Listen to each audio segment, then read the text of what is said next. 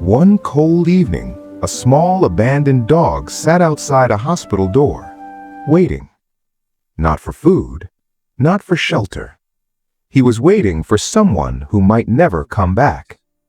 People walked past him every day. Rain fell, nights became colder, but the dog didn't leave. Because sometimes the smallest heart holds the greatest loyalty. And this little dog was about to teach an entire town what loyalty truly means. The town of Riverton was small and quiet. Everyone knew each other, and life moved slowly there. One winter morning, a man named Daniel Carter found the small dog shivering near the bus station. The dog was thin, dirty, and clearly abandoned. Daniel knelt down and gently said, "Hey, little guy, where did you come from?" The dog looked up with tired eyes, but slowly wagged his tail. That was enough for Daniel. He took the dog home. Daniel named him Max. From that day forward, Max followed Daniel everywhere. If Daniel went to the grocery store, Max waited outside. If Daniel worked in his small repair shop, Max slept beside the door. But Max had something unusual about him. He never wandered far. He never chased other dogs.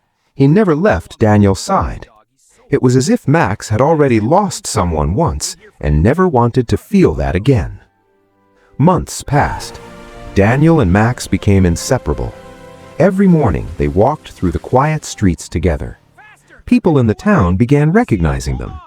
"Here comes Daniel and his shadow," the baker would joke. Max would simply wag his tail. But one night, everything changed. Daniel was driving home late from work when his car suddenly lost control on the icy road. The car slid, spun, and crashed into a tree. The impact was loud enough that nearby houses heard it. But the road was empty. Daniel was unconscious. Max, who had been sitting in the passenger seat, was thrown onto the floor of the car. For a moment, everything was silent. Then Max slowly stood up. He nudged Daniel. No response. He barked. Still nothing. Max didn't panic. Instead, he jumped out of the broken car window and ran. Through the freezing night, Max ran toward town. Snow covered the streets and the wind was cold, but Max didn't stop. Finally, he reached the house of Daniel's closest friend, Mr. Harris. Max began barking loudly at the door, again and again. Mr. Harris opened the door, confused. "Max, what are you doing here?"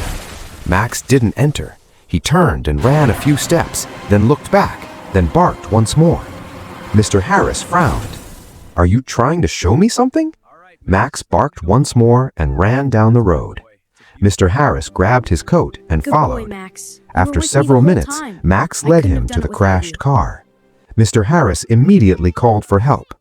Within minutes, an ambulance arrived. Doctors later said something important.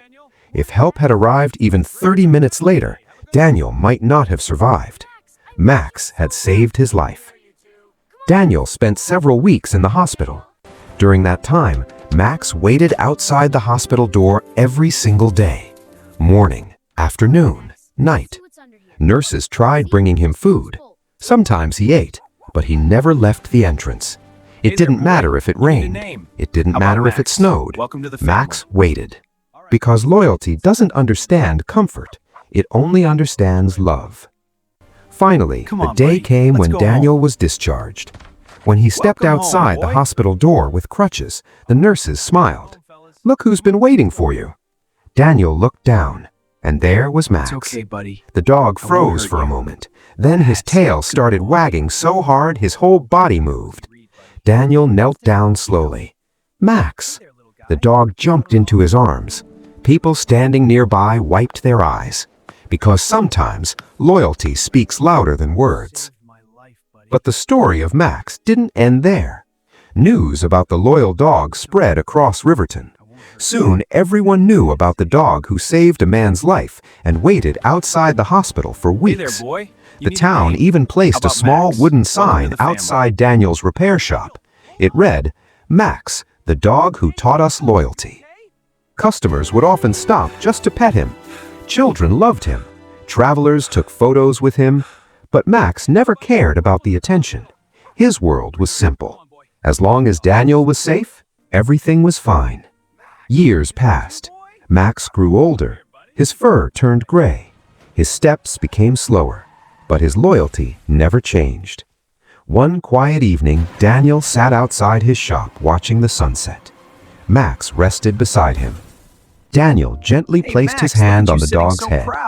"You saved my life, buddy," he whispered. Max looked up with the same calm eyes he had years ago.